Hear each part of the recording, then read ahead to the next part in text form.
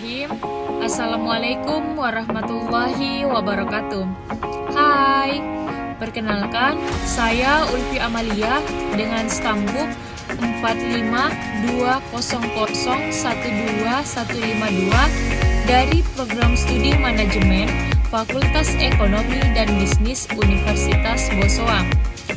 Nah, pada kesempatan kali ini saya akan menjelaskan serta memaparkan beberapa materi guna untuk memenuhi tugas final yang diamanahkan dari Bapak Dosen Abdul Karim kepada seluruh mahasiswa kelas Manajemen D.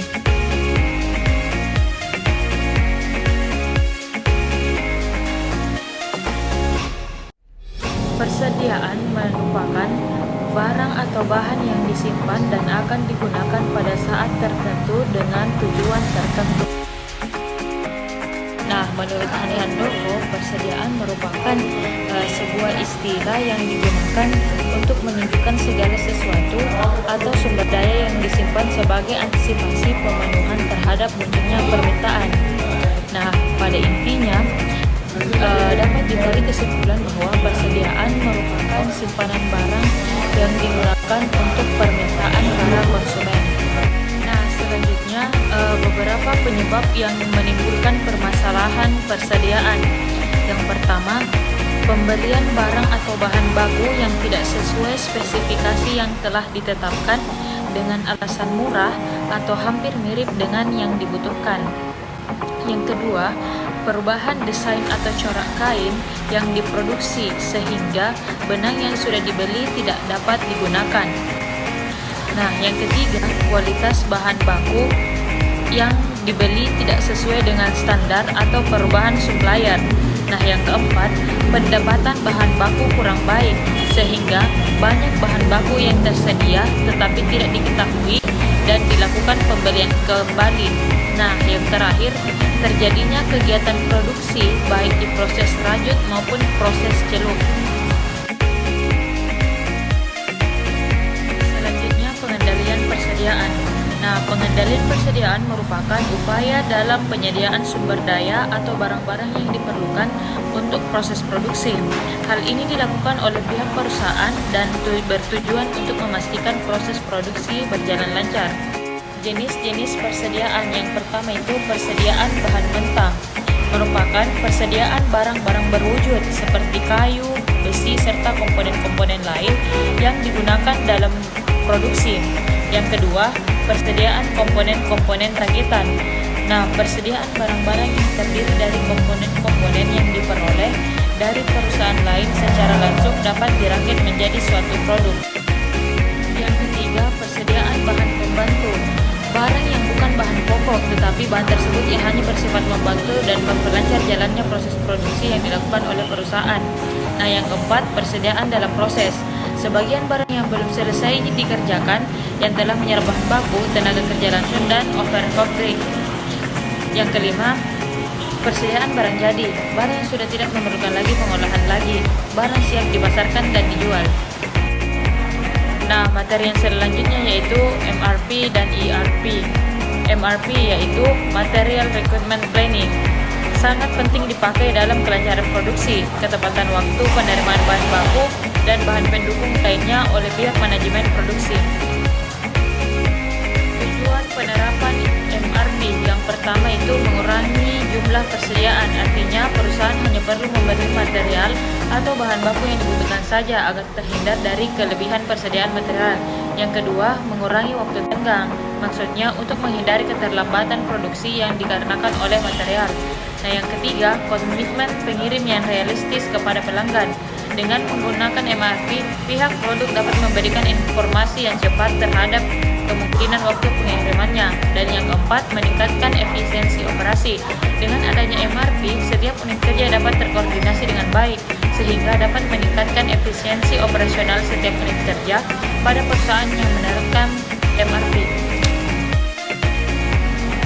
Perencanaan sumber daya perusahaan atau sering disingkat ERP dari istilah bahasa Inggrisnya Enterprise Resource Planning adalah sistem informasi yang diperuntukkan bagi perusahaan manufaktur maupun jasa yang berperan mengintegrasikan dan mengotomatiskan proses bisnis yang berhubungan dengan aspek operasi, produksi, maupun distribusi di perusahaan bersangkutan.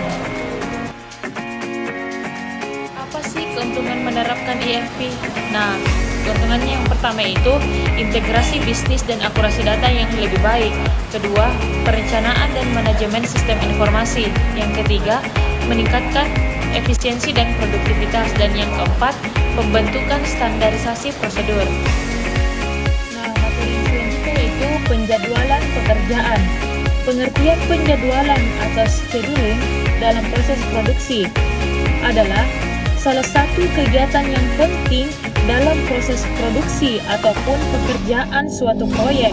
Penjadwalan digunakan sebagai dasar untuk mengalokasikan sumber daya pabrik seperti mesin dan peralatan produksi, merencanakan sumber daya manusia yang akan digunakan, pembelian material, dan merencanakan proses produksi.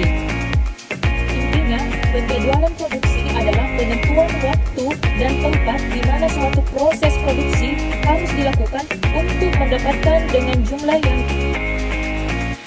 pengertian penjadwalan menurut para ahli. Yang pertama ada Bengkok pada tahun 1974, di mana dia mengemukakan kegiatan pengalokasian sumber-sumber atau mesin-mesin yang ada untuk menjalankan sekumpulan tugas dalam jangka waktu tertentu. Yang kedua ada Krajewski dan Risman. Dia mengungkapkan bahwa pengalokasian sumber daya dari waktu ke waktu untuk menunjang pelaksanaan dan penyelesaian suatu aktivitas pekerjaan spesifik. Dan yang ketiga ada Coleman pada tahun 1998, di mana rencana pengaturan urutan kerja serta pengalokasian sumber baik waktu maupun fasilitas untuk setiap operasi yang harus diselesaikan. Ada dua teknik dalam penjadwalan produksi. Yang pertama yaitu penjadwalan maju. Teknik ini merupakan teknik penjadwalan produksi yang menentukan waktu mulai produksi start terlebih dahulu dan kemudian menghitung jadwal waktu ke depan atau maju untuk setiap kegiatan operasi produksi agar dapat menentukan waktu penyelesaian keseluruhan proses produksi atau completion. Nah, teknik yang kedua ini penjadwalan mundur. Teknik penjadwalan produksi yang menentukan waktu kapan suatu produk dibutuhkan untuk diselesaikan. Dari waktu penyelesaian atau completion atau waktu kebutuhan tersebut kemudian dihitung mundur waktu yang tepat kapan suatu proyek atau proses produksi harus dimulai atau start. Kriteria penjadwalan.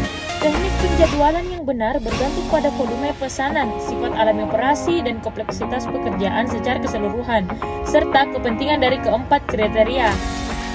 Kriteria yang pertama, kriteria ini dievaluasi dengan menentukan waktu penyelesaian rata-rata untuk setiap pekerjaan. Kriteria yang kedua, dengan menghitung persentase waktu suatu fasilitas digunakan. Kriteria yang ketiga, dengan menentukan jumlah pekerjaan rata-rata dalam sistem. Dan kriteria yang terakhir, dengan menentukan jumlah keterlambatan rata-rata. Baik, untuk materi selanjutnya yaitu perencanaan sumber daya manusia. Perencanaan sumber daya manusia merupakan proses perencanaan sistematis untuk memaksimalkan sumber daya manusia sebagai aset utama perusahaan.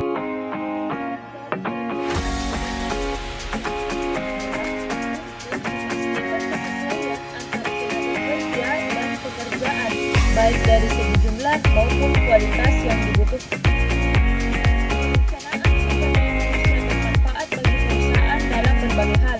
Yang pertama, membantu HR mengantisipasi kebutuhan tenaga kerja dengan berbagai kualifikasi di kemudian hari.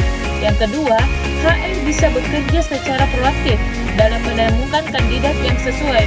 Dan yang ketiga, sesuai dengan tujuan masing-masing perusahaan. Perencanaan sumber daya manusia memungkinkan HR untuk mengidentifikasi, memilih, dan mengembangkan kompetensi atau tenaga kerja yang dibutuhkan oleh perusahaan. Proses perencanaan sumber daya manusia.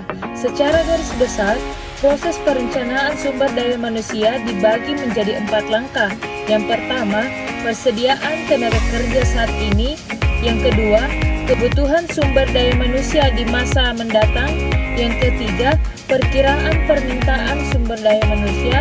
Dan yang keempat, strategi dan implementasi pencarian sumber daya manusia. Adapun faktor yang perlu dipertimbangkan dalam perencanaan sumber daya manusia. Yang pertama, pertumbuhan. Beda perusahaan, beda juga tingkat pertumbuhannya. Yang kedua, faktor perubahan. Perubahan bisa terjadi kapan saja. Ketika perusahaan sedang mengalami perubahan, HR harus memiliki fleksibilitas agar bisa memenuhi kebutuhan perusahaan dengan lebih baik. Dan faktor yang terakhir yaitu teknologi. HR juga bisa memanfaatkan platform online seperti Glide untuk mencari talenta berbakat dalam proses rekrutmen. Adapun tahapan perencanaan sumber daya manusia. Yang pertama, menganalisis tujuan organisasi. Yang kedua, melakukan inventarisasi sumber daya manusia saat ini. Yang ketiga, perkiraan permintaan dan pasokan sumber daya manusia. Yang keempat, memperkirakan kesenjangan sumber daya manusia. Yang kelima, merumuskan rencana tindakan sumber daya manusia. Dan yang terakhir, pemantauan, pengendalian, dan umpan balik.